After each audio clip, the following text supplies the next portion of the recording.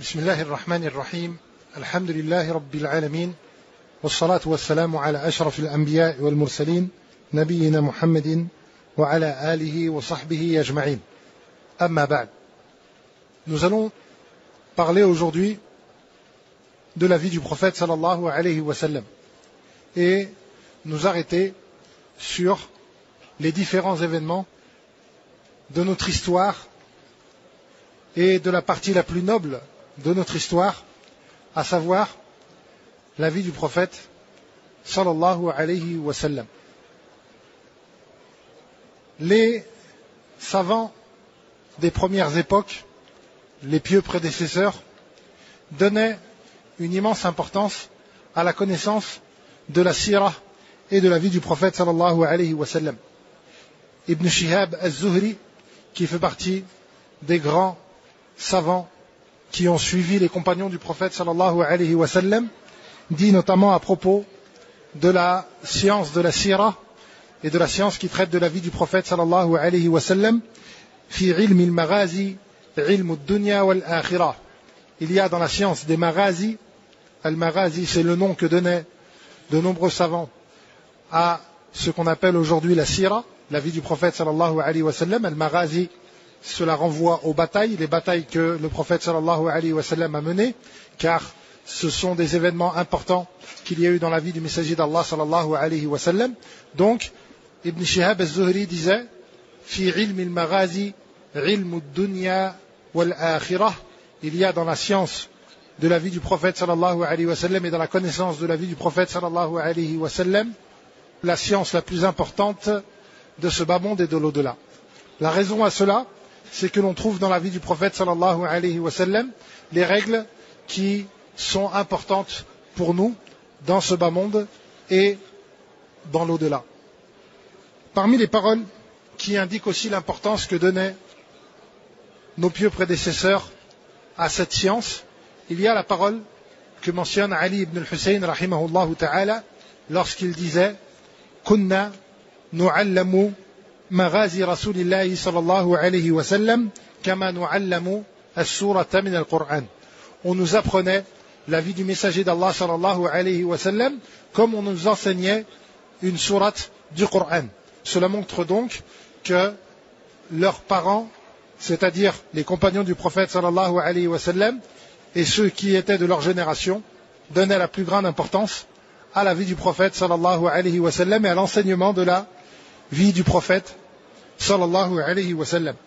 Parmi les paroles qui indiquent cela, il y a ce que mentionne Ismaïl ibn Muhammad ibn Sa'd ibn Waqqas et qui disait que son père lui disait « Cette science, c'est la fierté de tes ancêtres et l'histoire héroïque de tes ancêtres, alors ne la laisse pas t'échapper et ne la perds pas. »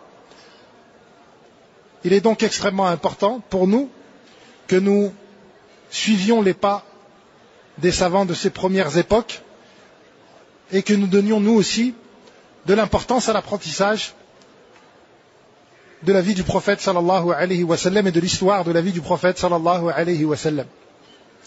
De même, connaître la vie du prophète sallallahu alayhi wa sallam, cela nous aide à le suivre et à suivre ses pas et à l'imiter.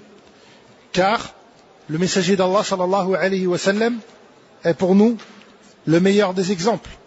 Allah Ta'ala dit à propos du prophète sallallahu alayhi wa sallam, لَقَدْ كَانَ لَكُمْ فِي رَسُولِ اللَّهِ أُسْوَةٌ حَسَنَةٌ. Il y a pour vous, dans la personne du messager d'Allah sallallahu alayhi wa sallam, le meilleur des exemples. Apprendre la vie du prophète sallallahu alayhi wa sallam augmente aussi notre amour pour lui et nous découvrons la grandeur du messager d'Allah sallallahu alayhi wa sallam, ce qui nous pousse à l'aimer. Or, l'aimer est une obligation pour chacun d'entre nous. Le prophète sallallahu alayhi wa sallam dit La yuminu ahadukum hatta akuna ahabba ilayhi min walidihi wa waladihi wa nasi ajma'in. Vous n'atteindrez la foi que, la véritable foi, que lorsque vous m'aimerez plus que vos pères, vos enfants et que toutes les autres personnes. Donc apprendre la vie du prophète sallallahu alayhi wa sallam est un facteur qui augmente cet amour pour le messager d'Allah sallallahu alayhi wa sallam. Apprendre la vie du prophète sallallahu alayhi wa sallam, cela augmente aussi la foi, car cela nous permet de nous arrêter sur les différentes preuves de sa prophétie et les différentes preuves qui montrent que Mohammed sallallahu alayhi wa sallam est envoyé par Allah azza wa jalla et est un messager véridique. Et Inch'Allah, après avoir détaillé les différents événements de la vie du messager d'Allah sallallahu alayhi wa sallam, nous consacrerons un ou deux cours entiers au miracle du prophète sallallahu alayhi wa sallam. Et il est important de comprendre que les miracles du prophète sallallahu alayhi wa sallam sont de plusieurs sortes et qu'il ne s'agit pas simplement de ce que les ulama appellent al-mu'jizat al-hissiyah. Al-mu'jizat al-hissiyah, ce sont les miracles concrets, comme le fait que la lune se soit fendue à l'époque du prophète sallallahu alayhi wa sallam, comme le fait que l'eau ait jailli entre ses doigts sallallahu alayhi wa sallam, ou d'autres signes. Tout cela, ce sont des miracles, mais ce ne sont pas les seuls miracles. Il y a aussi les nombreuses choses que le prophète sallallahu alayhi wa sallam a annoncées et qui se sont produits comme le messager d'Allah sallallahu alayhi wa sallam l'a annoncé. Il y a avant tout cela, le plus grand miracle du prophète sallallahu alayhi wa sallam, c'est le Coran, qui est en lui-même un miracle de différents aspects. Par son éloquence, par sa beauté, par sa justice et sa grandeur, par le fait qu'Allah Ta'ala l'ait protégé de toute falsification, par le fait que dans le Coran aussi sont annoncées des choses qui se sont produites comme elles l'avaient été annoncées. Donc le plus grand signe du prophète sallallahu alayhi wa sallam, c'est ce Coran qu'Allah Ta'ala lui a révélé, et il est en soi, en lui-même, il est un miracle de différentes manières, de différents aspects. L'effet qu'il a sur les cœurs et d'autres aspects que nous avons mentionnés. Parmi les signes de sa prophétie, il y a aussi ces nobles comportements qui indiquent tous qu'il est impossible et impensable qu'une personne qui est dotée d'une telle noblesse dans ses comportements, d'une telle bonté, d'une telle générosité, d'un tel courage, d'un tel ascétisme et délaissement de ce bas monde, ait finalement menti sur Allah Azza wa Jal. Comment cette personne qui n'a jamais menti pourrait mentir sur Allah Azza wa Jal?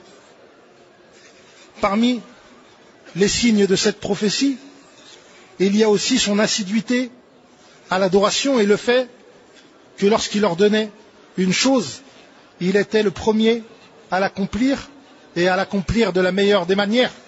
Celui qui priait le plus la nuit, celui qui était le plus ému lorsqu'il lisait le Coran, celui qui jeûnait dans les jours de grande chaleur, celui qui ne disait jamais non lorsqu'on lui demandait quelque chose, celui qui faisait les plus grandes aumônes. Tout cela aussi fait partie des signes qui indiquent que notre prophète Mohammed sallallahu alayhi wa sallam est véridique. Parmi les signes que notre messager sallallahu alayhi wa sallam est véridique, il y a aussi la justice et la précision de la loi et du message qu'il a transmis. Il n'y a pas un domaine dans lequel nous n'avons pas de règles que nous trouvons dans le Coran ou dans la Sunna, des règles qui sont des plus justes et des plus précises. Il est impossible et impensable qu'un seul homme, a fortiori illettré, soit à l'origine d'une telle loi précise, juste, sage.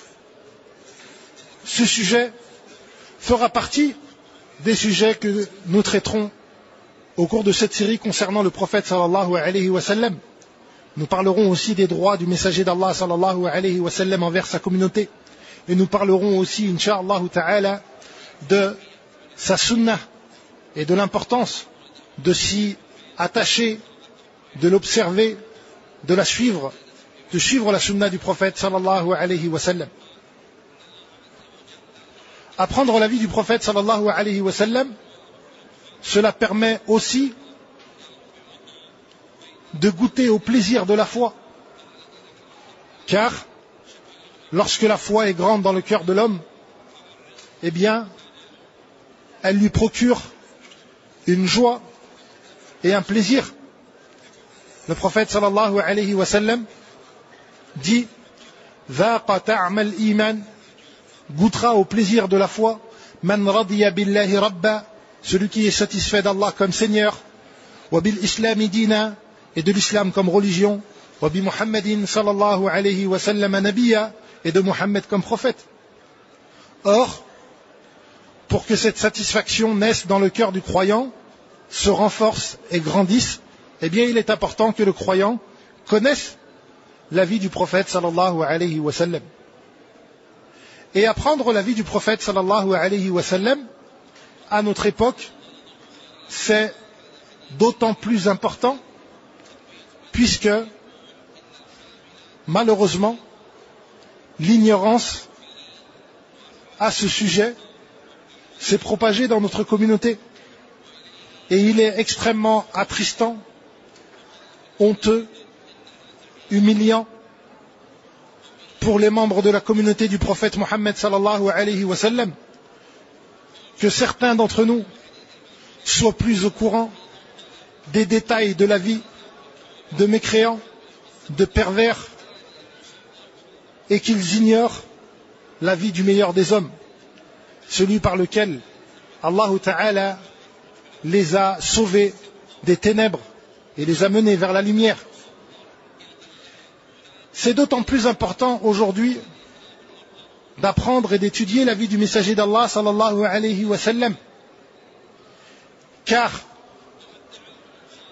les mensonges proférés à son propos et les insultes proférées par les ennemis de notre communauté et de notre religion sont nombreux. Il est donc extrêmement important pour nous d'apprendre qui était notre prophète Mohammed sallallahu alayhi wa sallam.